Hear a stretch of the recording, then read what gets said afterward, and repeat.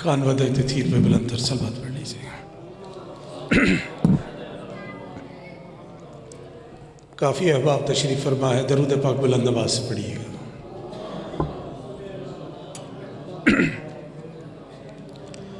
औज़ु बिल्लाहि मिनश शैतानिर रजीम, बिस्मिल्लाहिर रहमानिर रहीम।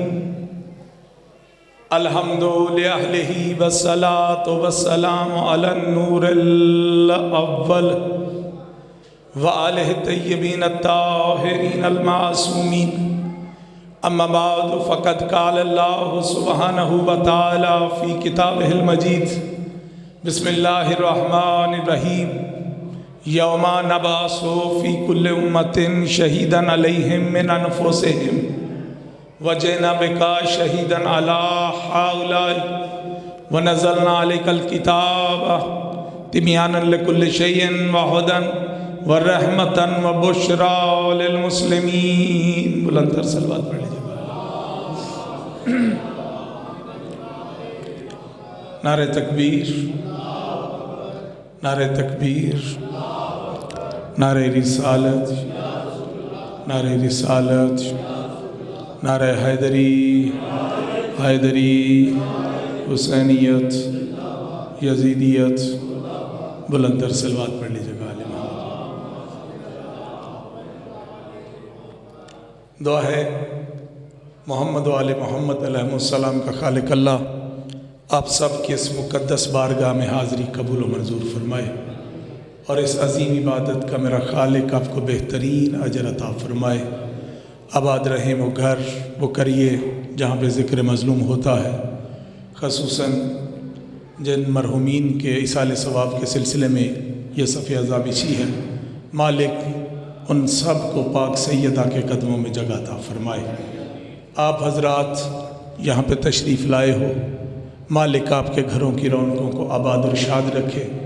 आपके मरहुमीन को मालिक हशर के दिन साक़िए कौसर के हाथों जामे कौसर नसीब फरमाए। हाजात की कबूलियत के लिए सहारा दरूद का लीजिए, बुलंद तर सलवात पढ़ लीजिएगा। एक मिनट सल्ले अला। अभी कुछ अहबाब दरूद जैसी अफजल तरीन इबादत में शरीक इबादत नहीं, उनको शामिल करने के लिए छठे लाले विलायत का एक फ़रमान सुनाना चाहता हूँ। मौला इरशाद फरमाते हैं कि अगर तुम ये चाहते हो कि तुम्हारी कब्र में कीड़े ना आए तो तुम मस्जिदों के सहन को साफ़ किया करो। फिर मौला इरशाद फरमाते हैं अगर तुम ये चाहते हो कि तुम्हारी कब्र में अंधेरा ना हो तो तुम मस्जिदों में चरागाह किया करो। फिर इरशाद फरमाते हैं अगर तुम ये चाहते हो कि तुम्हारी ज़िंदगी दराज हो, लंबी हो, तो तुम गरीबों में खाना तकसीम किया करो। और आखिर पे इरशाद फरमाते हैं अगर तुम ये चाहते हो कि तुम्हारा रिज़्क़ कुशादा हो तो तुम कसरत के साथ मोहम्मद व आले मोहम्मद पे दरूद पढ़ा करो। मालिक मुहिबान रसूल बिल्कुल सादा सादा लफ्ज़ों में अभी इब्तिदाई मजलिस है जी। मौला फरमाते अगर तुम ये चाहते हो कि तुम्हारी कब्र में कीड़े ना आए तो तुम मस्जिदों के सहन को साफ़ किया करो। मौला को सलामत रखे। बिल्कुल सादा सादा लफ्ज़ों में अब मैं गुजारिश करूँगा, अगर नौजवान थोड़ा सा हुस्न होता है, अगर वो आगे आ जाए, बुज़ुर्ग चाहे बैठे रहें, थोड़ा सा मजलिस का माहौल बन जाए। असल में टाइम तो मेरा काफ़ी बाद था, लेकिन हमारे जाकिर साहब कह रहे थे कि अभी वहाँ पे माहौल नहीं बना तो मुश्किल वक्त में आप जाए। तो मेरे लिए मजमे की किल्लत कभी परेशानी नहीं रही, क्योंकि मेरे नज़दीक जब भी कोई सफ़े अज़ा बिछती है, पढ़ने वाले सुनने वाले बाद में आते हैं। जिन पाक हस्तियों का ज़िक्र है वो पहले तशरीफ़ ले आती है। हमने अपनी अकीदत के चंद फूल उनकी बारगाह में पेश करने होते हैं। बस दुआ यही है कि जब वो यहाँ से जाएं हमसे राज़ी जाएं। तो बस इसी नीयत के साथ कि अपनी अकीदत के चंद फूल उनकी बारगाह में पेश करूं। आपने थोड़ा सा मेरा साथ देना है और इंशाअल्लाह मैं कोशिश करूंगा कि पाक सैयदा के दरबार में चंद लफ्ज़ जो उनसे खैरात में मिले हैं वो आप तक ज़रूर पहुँचाऊँ। खुदा के घर रहम की आखिरी अपील का नाम है जनाब ज़हरा। तवज्जो है जो मेरे पीछे थे। अल्लाह या रसूल अल्लाह, या खुदा के घर रहम की आखिरी अपील का नाम है जनाब ज़हरा।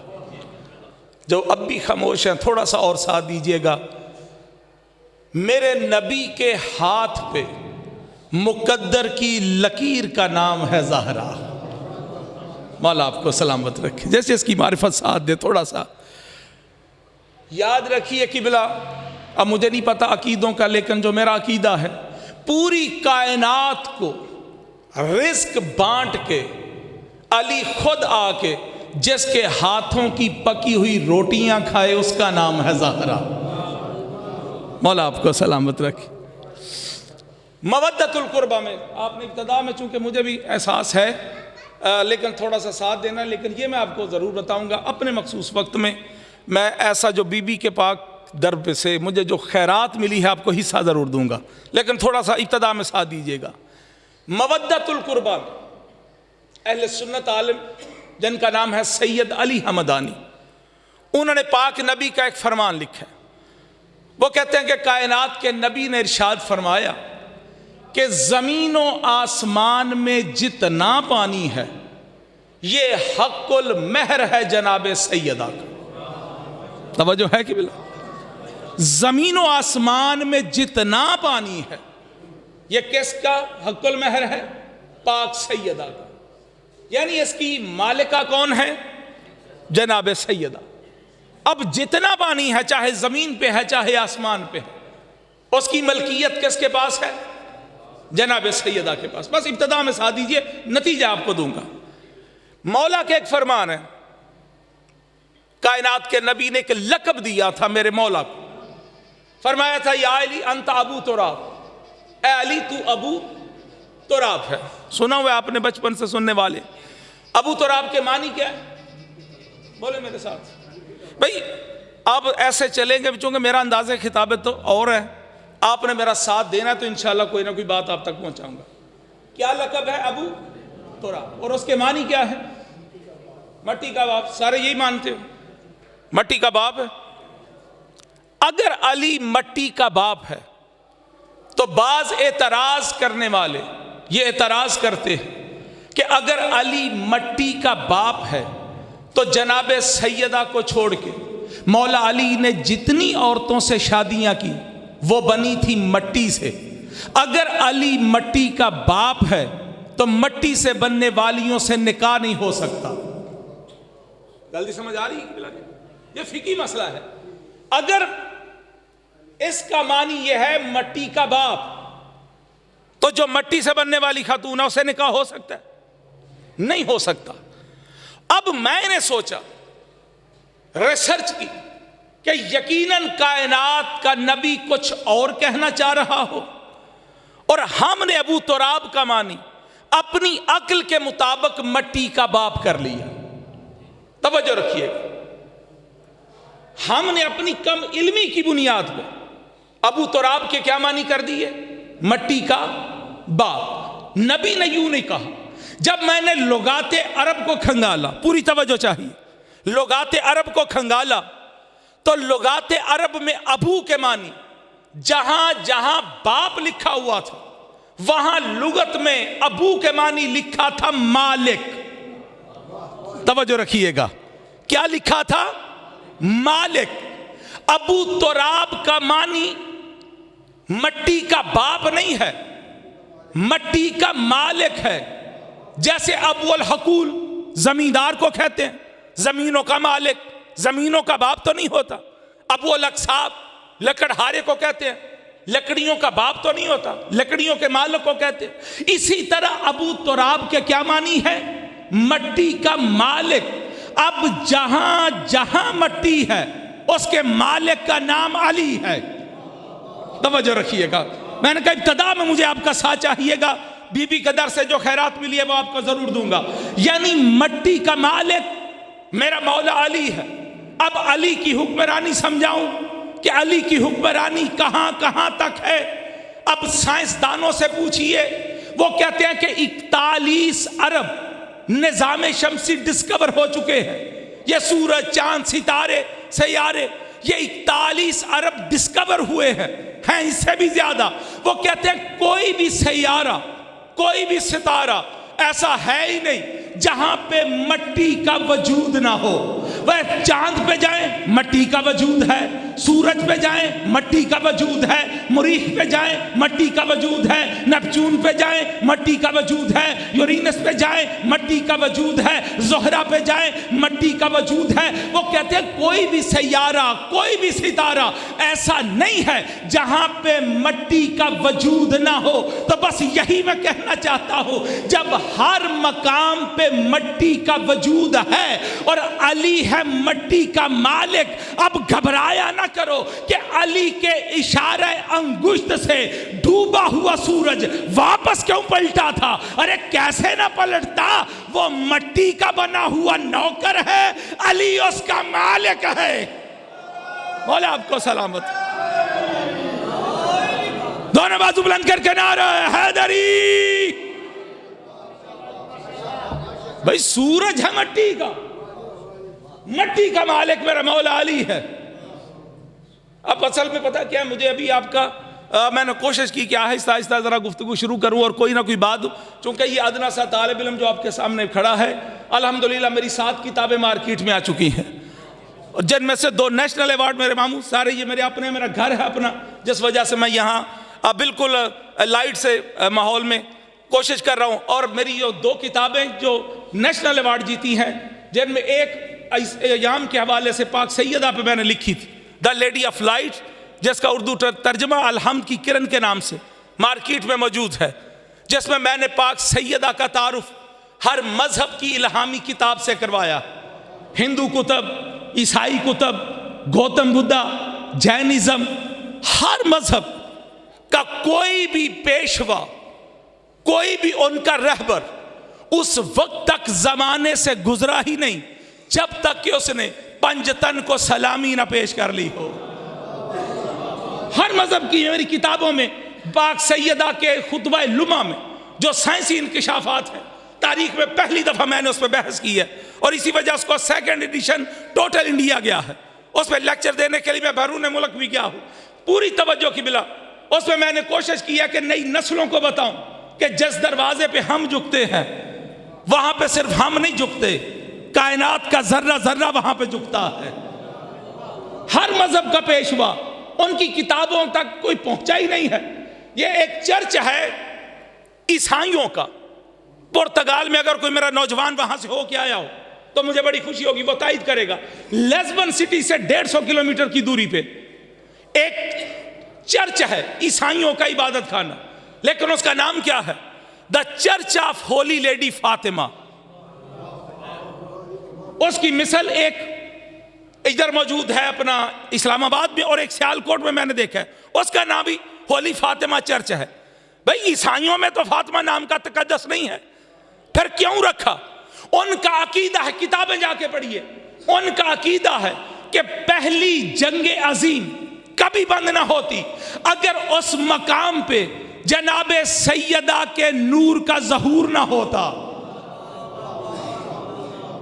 आज भी ईसाई जो है उन्होंने वहां पे बीबी के नाम का मुजस्मा भी बनाया, चर्च बनाया। उनका जब पोप आता है अपनी रूहानी टोपी उतार के झुक जाता है उस मुजस्मे के सामने जो बीबी के नाम से मंसूब है। ईसाई आज भी जब उस मुकद्दस वादी में दाखिल होते हैं तो वहां पर वो नालैन पहन के दाखिल नहीं होते, नालैन उतार के पांव पे भी दाखिल नहीं होते, बल्कि घुटनों के बल दाखिल होते हैं, क्योंकि ये वो कहते हैं कि ये मुकद्दस वादी है जहां पे बीबी के नूर का ज़हूर हुआ है। हम इस काबिल नहीं है कि यहां पे चल के जाएं। अब वो दाखिल होते हैं और बीबी के नाम की तस्बीह करते हैं वहां पे, फातिमा फातिमा। और वहां पे बीबी को लेडी ऑफ लाइट भी कहते हैं, लेडी ऑफ रोजरी भी कहते हैं। और मैं अक्सर कहा करता हूं कि जिस कौम ने मुबाहले में बीबी का एहतराम किया था वो कौम आज भी उसका एहतराम कर रही है। एक किबला पौधा है, ये मेरी किताबों में सारी तफसीर हवालों के साथ मौजूद है। एक पौधा है कनाडा में पाया जाता, ओल्ड कनाडियन हर खुशी और गम के मौके पे उसके फूलों को इस्तेमाल करते हैं। क्या खूबसूरत पौधा जो बीबी के नाम से मंसूब है। बीबी के नाम से जो मंसूब है पौधा, उसका क्या है नाम? हशीशतुल बतूल, यानी बतूल का पौधा, बतूल की जड़ी बूटी। आज के दौर में जितनी भी मेडिसिन बांझपन के लिए इस्तेमाल होती है, उसमें उस पौधे के अज्जा को शामिल किया जाता है। जादुई असरात की हामिल है जो बीबी के नाम से मंसूब है पौधा। उस पौधे की शक्ल क्या है, पूरी तवज्जो रखिएगा। ये नौजवान है वो नेट पे भी जाके देख सकते हैं। जो बीबी के नाम से मंसूब है पौधा, वो नीचे से तना एक होता है, हर तने के ऊपर 5 शाखें निकलती है, न 4 न 3 न 6 न 7, जो भी पौधा निकलता है नीचे से तना एक, हर तने के ऊपर 5 शाखें निकलती हैं। और आगे मुझे नहीं पता कौन साथ देगा करके सर से बात गुजरेगी। हर शाख पे 14 पत्ते लगते हैं। मालिक आपको सलामत रखे, मालिक आपको बहादुर शाद रखे। मेरी तवक्को से ज्यादा मुझे उम्मीद नहीं थी, लेकिन आपने साथ दिया। मालिक आपको सलामत, पाक सैयद आपको इज्जत अता फरमाए। सिर्फ यहीं पे बात नहीं खत्म होती, नेट पे जाके देखिए, नीचे से तना एक, 5 शाखें, हर शाख पे 14 पत्ते, हर शाख पे 12 फूल होते, हर फूल की 12 पत्तियां होती, हर फूल के अंदर 5 डंडियां होती, हर डंडी पे 12 दंदाने होते। और किबला रोक के साहिबाने मारिफत यकीनन इस जुमले को समझेंगे। ये जो पौधा जो बीबी के नाम से मंसूब है, जिसका नीचे से तना एक, हर तने के ऊपर 5 शाखें, हर शाख पे 14 पत्ते, हर शाख पे 12 फूल, हर फूल की 12 पत्तियां, हर फूल के अंदर 5 डंडियां, हर डंडी पे 12 दंदाने। ये जो बीबी के नाम से पौधा मंसूब है, इस पौधे की पूरी उम्र सिर्फ 72 दिन होती है। मौला आपको सलामत रखे किबला मालिक। ये मुझे भी पता है कि ऐसी बातें मिंबर पे बड़ी मुश्किल हो जाती हैं, लेकिन क्या करूं, जैसा आप माहौल दिखा रहे हैं, मैं फिर और मुश्किल गुफ्तगू शुरू कर दूंगा। मौला आपको सलामत रखे। चूंकि मैंने पहले कहा कि मेरा अंदाज़े खिताबत, मैं कोशिश करता हूं कि बीबी के दर से जो खैरात मिले। अभी मेरी एक किताब आ रही है जो मैंने औलिया के अकीदों पर बहस की है। कलंदर सरकार से लेकर ख्वाजा मोइनुद्दीन चिश्ती अजमेर, शाह शम्स तबरेज सरकार से लेकर मौलाना रूम, बाबा बुल्ले शाह सरकार से लेकर बाबा फरीद, वारिस शाह से लेकर सुल्तान बाहू तक, ये हमारे जो अपने थे, इन्होंने कोशिश ना की। बेगानों ने इनके अकीदों पे पर्दे डाल दिए। जब मैंने इनके अकीदों पे पढ़ने की कोशिश की, खुदा की कसम, उस वक्त तक कोई वली बना ही नहीं जब तक कि वो अली के दरवाजे पे आके खैरात ना मांगे। पूरी तवज्जो रखिएगा, उस वक्त तक कोई वली बना ही नहीं जब तक कि मौला अली के दरवाजे पे आके खैरात ना मांगे। और ये ख्वाजा मोइनुद्दीन चिश्ती अजमेर, कभी आपने गौर किया है कि इनका जो कलाम सिर्फ एक ही रुबाई सुनाई जाती है, बाकी कलाम इनका सुनाई नहीं जाता नई नस्लों को। अगर जमाने को, ये मेरी सारे किताब में कलाम आ रहा है, मैंने कलंदर सरकार के दीवान जो है उसकी भी मुकम्मल आरिफाना तशरीह की है जो पहले हिस्से में है।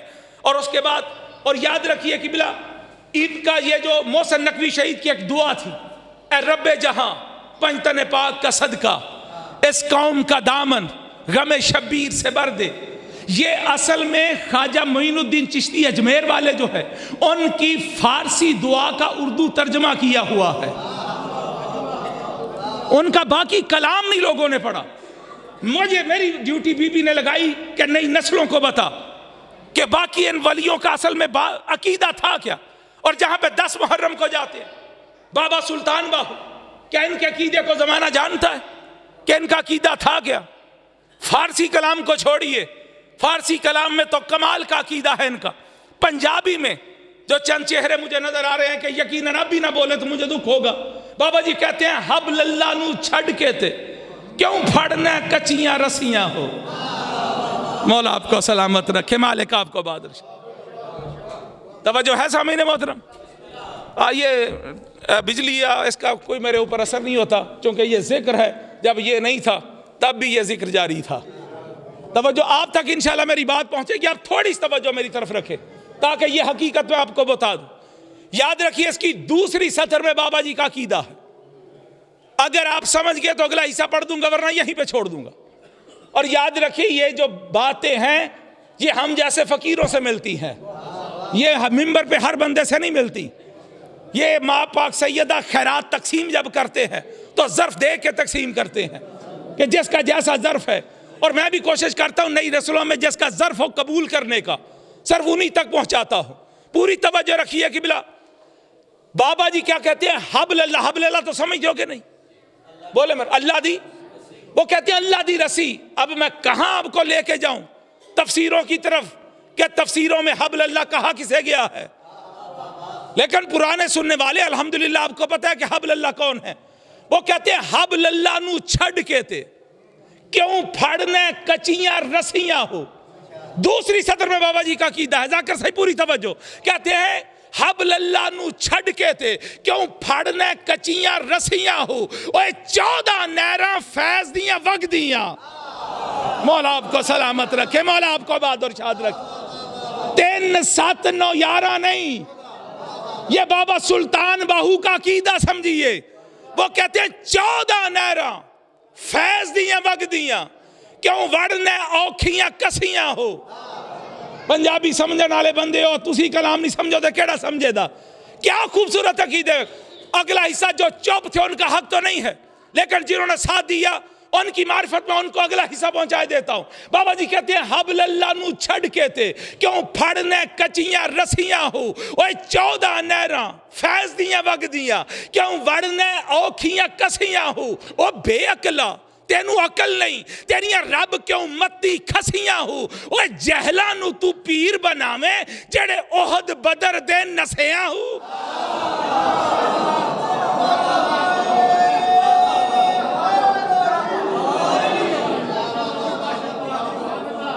तवज्जो है सामने।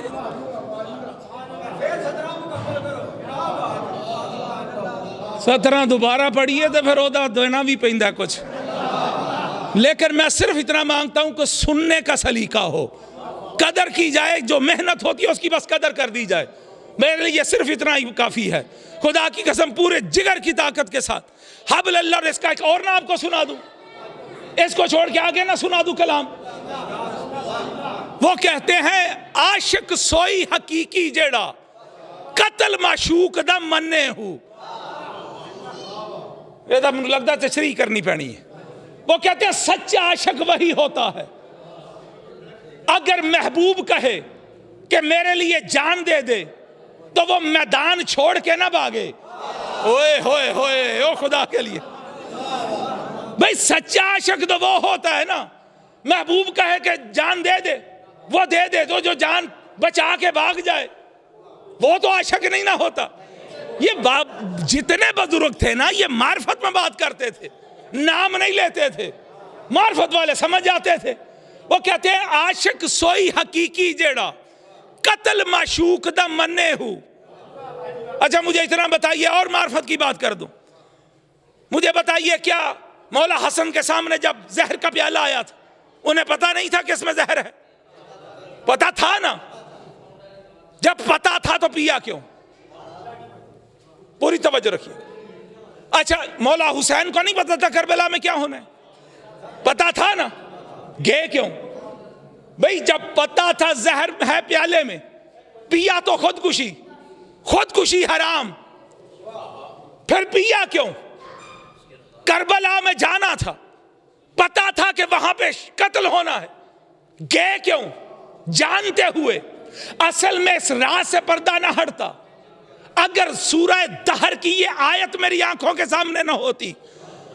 अल्लाह इरशाद फरमाता है वमा तशाऊना इल्ला यशा अल्लाह, ये जो मेरे हैं ये अपनी मर्जी से कुछ करते ही नहीं है, जो भी करते हैं मेरी मर्जी होती है। पता था कि जहर है, महबूब की मर्जी थी, हसन पीले। पता था करबला में क्या होना है, उसकी मर्जी थी। हुसैन जाना है, चले गए। ये है इश्क जिसकी बात वो कर रहे हैं बाबा जी।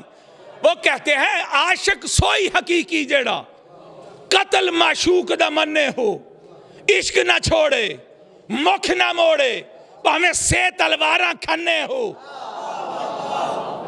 चाहे बिस्तर पे तलवारें लेके खड़े हो जाओ, वो बिस्तर छोड़ के भी नहीं भागेगा, मैदान छोड़ के भी नहीं भागेगा। वो कहते क्या है, अगला हिस्सा ये साहिबान मार्फत के लिए, वो कहते हैं जिद वल वेखे राज माहीदा, लगे ओसे बनने हूं सच्चा इश्क, हुसैन अली दा बाहू, सर देवे राज ना बनने हो।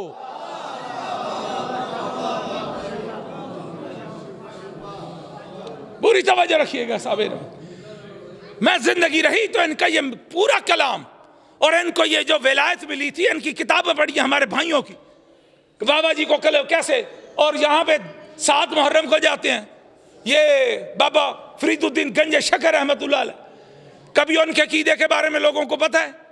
7 मुहर्रम को बाबा जी करबला के प्यासों की याद में जंजीर जनी करते हुए शहीद हुए थे। लोगों ने इनके अकीदों को छुपा लिया, जाकर सही इनके अकीदे छुपा लिए, उनके ऊपर हाफिजों ने कोशिश ना की, लेकिन उनकी किताबों में सब कुछ मौजूद है, नई नस्लों को बताया नहीं जाता। ये जो बहिश्ती दरवाजा आज जिसे कहते हैं जी, यहाँ पे बहिश्ती दरवाजे में अंदर, असल में इसकी हकीकत क्या थी?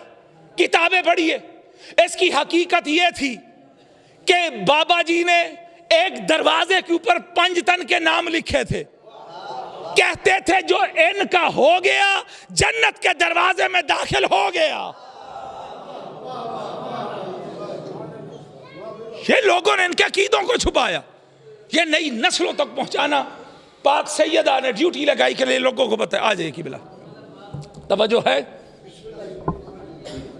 मेरा घर है, हाँ नानके बड़े प्यारे होंगे ने हैं, चलो जिस तरह भी सही, एक मामे नहीं दूसरे मामे तो बुला ही लिया ना। बस चले, मौला इमाम हुसैन इस खानवादे को सलामत रखे, मालिक इस घर के जितने मरहूमीन हैं मालिक उनको अलैलीन में जगह अता फरमाए। अच्छा वो बात ज़हन में है कि बिला पानी की मलका कौन है? जनाब सैयदा, ठीक होगी बात। और मट्टी का मालिक कौन? मौला। तो नाल बोलना तो अगला सफर तय होना। मैं वो सीढ़ी तो रट्टी कोई नहीं कि जिथे सीढ़ी खत्म उत्थे मेरी तकरीर खत्म, तुसी नाल बोलते जाओ तो गल गिट टुरदी जाएगी। अब की बिला पानी की मलका जनाब सैयदा, मट्टी का मालिक मौला अली, ठीक होगी बात की बिला। मस्जिद के पेश नमाज से लेकर कोई वक्त जाया तो नहीं हो रहा कि बिला, तवज्जो रखिएगा। मस्जिद के पेश नमाज से लेकर इमाम काबा तक जैसे मर्जी फतवा ले लीजिए, अगर पानी का मालिक राजी ना हो और उस पानी से वजू करके नमाज पढ़ी जाए, क्या वजू ठीक होगा? बोले मेरे साथ जेड़ा चुप करके बैठे हो, नहीं ना कि बिला मालिक राजी ना होए तो गस्बी पानी, गस्बी पानी ना वजू हराम है। ये तो फलसफा है, ऐसा है, फिका की बात है, हर मसलक मानता है। अब की बिला मुझे बताइए, अगर जमीन का मालिक राजी ना हो और उसकी जगह पे खड़े होकर नमाज पढ़ो, नमाज हो जाएगी? इमाम काबा से पूछिए, अगर मालिक राजी नहीं तो कभी भी नमाज नहीं होगी। पता चला कि पानी उससे वजू जायज है, पानी का मालिक राजी हो, जमीन उस पे नमाज जायज है जिससे उसका मालिक राजी हो। अब कायनात के नबी ने क्या कहा? पानी की मलका जनाब सैयदा है, मट्टी का मालिक मौला अली है। अब नमाज पढ़ने वाला वजू करने से पहले सोचे कि उससे जनाब सैयदा राजी है। ओए होए होए होए होए, अगर जनाब सैयदा राजी नहीं तो उसका वजू हराम है। नमाज पढ़ने से पहले सोचे कि जमीन का मालिक मौला अली मुझसे राजी है, अगर राजी है मौला आपको सलाम।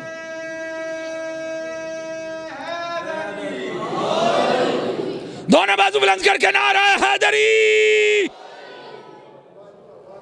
अगर जमीन का मालिक राजी नहीं तो नमाज हराम, पानी का मालिक राजी नहीं तो वजू हराम। अब याद रखिए, नमाज पढ़ने के लिए जरूरी है कि पहले बतूल भी राजी हो,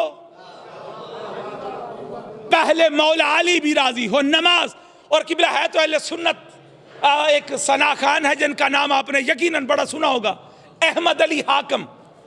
आजकल उनका जो है ना वो कलाम बड़ा, अब बिल्कुल मैं वाइंड अप करने लगा हूँ, पूरी तवज्जो रखिएगा। एक बात करके मुझे बता दीजिएगा, आ गए खतीब पढ़ने वाले?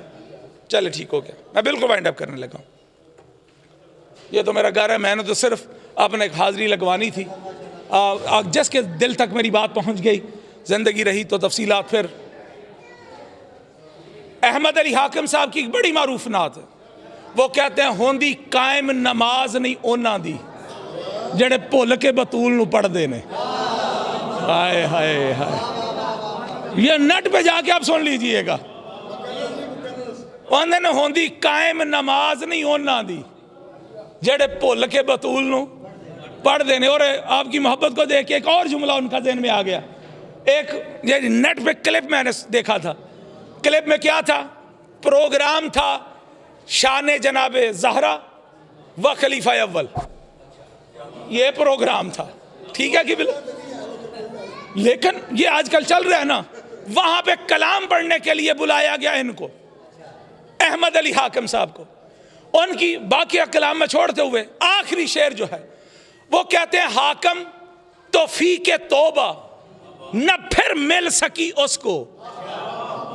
पूरी तवज्जो रखिएगा, वो जहन में रहे कि पीछे टाइटल क्या चल रहा है, ये नेट पे आप देख लीजिएगा। एजाज फातिमा के नाम से उनका वो कलाम है। वो कहते हैं कि हाकिम तौफीक तौबा न फिर मिल सकी उसको, एक बार हो गई जैसे नाराज फातिमा। ओए होए होए होए होए, मौला आपको सलामत रखे, मालिक आपको इबादत। वो कहते हैं जैसे बीबी एक दफा नाराज हो गई। और मैं हैरान रह गया कि पीछे टाइटल क्या है और आगे कहा क्या जा रहा है। कि बिला बड़ा मशहूर और मरूफ है ना, मौलाना इस्माइल साहब जो हैं, उन्होंने कहा कि दो मुतजाद बातें एक ही किताब में इकट्ठी हैं। एक तरफ यह लिखा है कि रसूल ने कहा कि जैसे बतूल राजी उससे मैं राजी, जैसे मैं राजी उससे अल्लाह राजी, जैसे बतूल नाराज उससे मैं नाराज, जैसे मैं नाराज उससे अल्लाह नाराज। पता चला अब अल्लाह की रजा ढूंढनी है तो रज़ाए ज़हरा में है। ओए होए होए होए होए, भाई नमाज उसकी, रोजा उसका, हज उसका। जैसे बतूल राजी है, अल्लाह की रजा ढूंढनी है तो छुपी हुई है रज़ाए ज़हरा में। अगर अल्लाह की नाराजगी चाहिए तो छुपी हुई है जनाबे ज़हरा की नाराजगी में। अब एक तरफ यह लिखा गया, दूसरी तरफ उसी किताब में बुखारी शरीफ में यह लिखा गया कि बतूल फलां फलां से नाराज रही। मुझे बताइए, सही बुखारी में है ना, बतूल फलां फलां से नाराज रही। अब मुझे जरा रुक के बताइएगा, जैसे बतूल नाराज हो उससे अल्लाह नाराज है, तो जैसे अल्लाह नाराज हो जाए, क्यों सामने देख रहा वो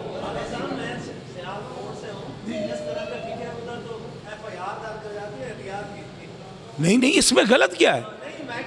नहीं, मैंने जैसे भी नाराज,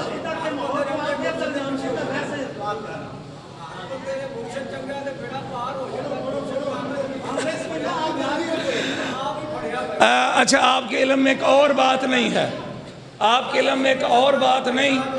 आपको पता है कि हम जो हैं अल्लामा नासिर अब्बास का मैं शागिर्द हूँ और सीनियर तरीन शागिर्द हूँ। और अल्लामा नासिर वो था कि जिसने कहा कि हक बयान करते हुए गर्दन भी कटती है तो कट जाए।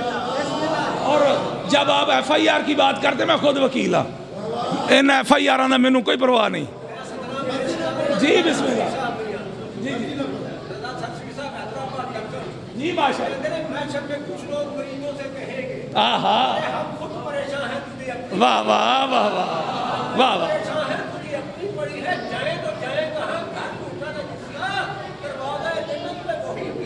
वाह वाह, मिल के हैदरी। भाई क्या कुरान पढ़ना छोड़ दें, क्या बुखारी शरीफ पढ़ना छोड़ दें? अच्छा किबला ये बड़ा मशहूर और मरूफ है, एक मेरे ज़हन में आ गया, इत्तेहाद बैनुल मुस्लिमीन का एक चल रहा था जलसा करबला गामे शाह, पुरानी बात है पिछली सदी की, और वहां पे इत्तेहाद बैनुल मुस्लिमीन का था। वहां पे अहले सुन्नत की जानिब से भला कौन थे? किबला अताउल्ला शाह बुखारी साहब, वो खिताब करने के लिए, और हमारी नुमाइंदगी कर रहे थे किबला अजहर हसन ज़ैदी साहब। तवज्जो है? मैं नहीं मैं डरदा, तुसी तो ना डरे आज। मौला आपको सलामत रखे। तवज्जो है किबला इत्तेहाद बैनुल मुस्लिमीन का था। अब जैसे ही वहां पे करबला गामे शाह में गैदरिंग कौन सी होती है? गैदरिंग कौन सी होती? शिया लोग ज्यादा इकट्ठे थे सारे। अब मौका जान के ना, अब तो शिया फंसे हुए हैं, उन्होंने वहां पे बयान करना शुरू कर दिया, भाई ये जो फदक फदक का है ना मामला, ये बिल्कुल गलत है, कोई फदक नहीं था, ये बस शिया सुन्नी को आपस में लड़ाने के लिए ये जो न छेड़ा गया था मसला। फदक नाम की कोई चीज है ही नहीं तारीख। एक दफा का अब इत्तेहाद बैनुल मुस्लिमीन के लिए सारे शिया चुप थे, जिमें तुसी चुप कर गए। अब ऐसी बात पे क्या बोले वो मेहमान जो थे, अब वो कह रहे थे फदक है ही नहीं। 3-4 दफा का, इतने में किबला अजहर हसन ज़ैदी साहब वो भी तशरीफ ले आए मिंबर पे। जैसे मिंबर पे बैठे, अब अताउल्ला शाह बुखारी साहब कह के जा रहे थे, इन्होंने कोई खुतबा नहीं पढ़ा, एक जुमला का कहते थे मैं दाखिल हो रहा था तो एक आवाज किबला बुखारी साहब की मुझे मेरी समात को टकराई। उन्होंने कहा कि फदक नहीं था। मैं तो परेशान हो गया, क्योंकि ये बुखारी कहता है कि फदक नहीं है, वो बुखारी कहती है कि फदक है। मौला आपको सलामत रखे। मौला आपको ये कहते हैं कि फदक नहीं था, वो बुखारी कहती है। अगला लुत्फ है, वो आपको पता है कि एक जुमले में पूरी तारीख जो है वो समो देते थे, इतने बड़े कमाल के वो आलिम थे। इधर जैसे ही उन्होंने कहा कि मैं परेशान हो गया, ये बुखारी कहता कि फदक नहीं था, वो बुखारी कहती है कि फदक है। अब मैं परेशान हूं, इन दोनों में सही बुखारी कौन है? मौला आपको सलामत है। तवज्जो है सब? तो याद रखिए, जब तक ये फदक कोई छोटा मामला नहीं है, अगर फदक ना हो, मैं मुसाहिब नहीं पढ़ूंगा, बस आप ले आइए, जाकर जाकर आ गया तो मुझे पता नहीं है। सिर्फ फदक जो है, अगर इसको छोड़ दिया जाए तो इस्लाम की बुनियादें लड़खड़ा जाती हैं। पूरी याद रखिए, इस्लाम की बुनियाद, ये सिर्फ शियों की बात नहीं कि शियों के इस्लाम की, इस्लाम मोहम्मदी की, इस्लाम खुदा की बुनियाद लड़ जाती है अगर फदक को ना माना जाए। क्यों? मुझे बताओ, कुरान में जो तौहीद की गवाह बन के गई है वो कौन है? ओए होए होए, ओ खुदा के लिए गवाह बन के कौन गई है? जनाब सैयदा। मुझे सोच के बताइए, जिसको रिज से दूर रखने के लिए अल्लाह गवाही दे रहा है, वो कौन सी जात है? जनाब सैयदा। अब अगर कोई बंदा जनाब सैयदा को जुटला दे, उसने कुरान को जुटलाया है। जो कुरान को जुटला दे, उसने नबी को भी जुटला दिया, अल्लाह को भी जुटला दिया। ये फदक कोई छोटी बात है? जो बीबी को जुटलाए वो कुरान को जुटला देता है, वो रसूल को जुटला देता है। इसी से शुरू होती है। खुदा की कसम, लोगों ने और इतना काम मैं पूरी 11 इमामों ने मिलकर नहीं किया जितना बीबी ने किया है वलायत को बचाने के लिए। मालिक आपको सलामत रखे कि बिला ये काजी यकीनन सईदुर रहमान का आपने नाम सुना होगा। हमारे बहुत बड़े एक आलिम थे, मनाजर थे। वो पहले शिया नहीं थे, बाद में इनको शिया किया था मौलाना इस्माइल। ये भी पहले देवबंदी थे, बाद में वो कौन सा? वो कहते हैं कि मैं मनाजरे में था। मनाजरा ये था कि बीबी दरबार में गई थी कि नहीं गई थी।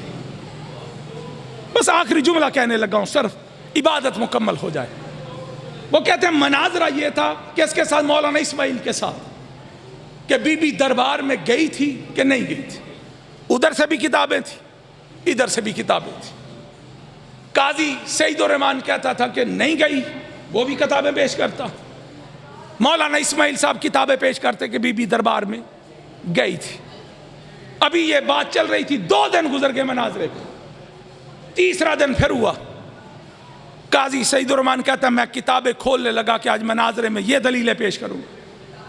कहता कि मुझे मौलाना इस्माइल ने कहा, काजी सईदुर रहमान छोड़, किताबें छोड़, तू ऐसे कर, बुखारी शरीफ को अपने हाथ में ले, कुरान को पकड़ के अपने सर पे रख, किबला की तरफ मुंह करके कह दे कि बीबी दरबार में नहीं गई थी। अजरुकुम मिनल्लाह।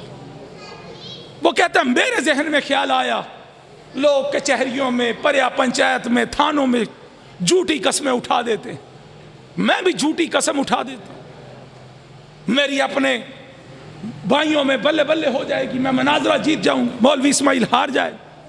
कहता ये सोच के मैं वजू किया, वजू करके कहता मैंने कुरान को पकड़ के सर पे रखा। कहता मैंने बुखारी को अपने दूसरे हाथ में लिया।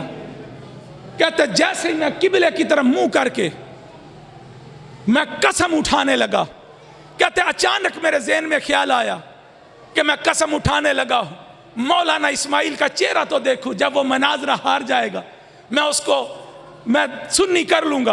वो कहता ये कह के जैसे मैंने मुड़ के देखा तो मौलाना इस्माइल की आंखों से आंसू जारी थे, उसकी दाढ़ी भीग चुकी थी और रो के कह रहा था, रसूल की बेटी तेरे अपने मुकद्दर,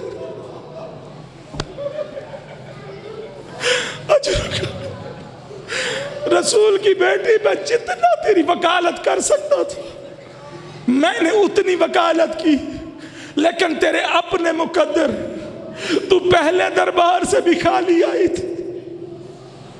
आज काजी सईदुर रहमान भी कसम उठा के तुझे खाली लौटा देगा। कहता अल्लाह जाने मुझे क्या हुआ, इधर जैसे ही मैंने सुना ना मौलाना इस्माइल की बात, कहता अचानक मुझे काले बुरके वाली बीबी की आवाज आई, कहा काजी सईदुर रहमान मैं बड़ी मुश्किल से खाली पलटाई गई थी, काजी सईदुर रहमान तू तो ना मुझे खाली लौटा। कहता मैंने अपने मजमे की तरफ रुख किया, कहा ये मौलाना इस्माइल सच कहता है, रसूल की बेटी दरबार गई थी, दरबार से जिस रंग से वापस आई थी कि सर के बाल सफेद हो गए थे,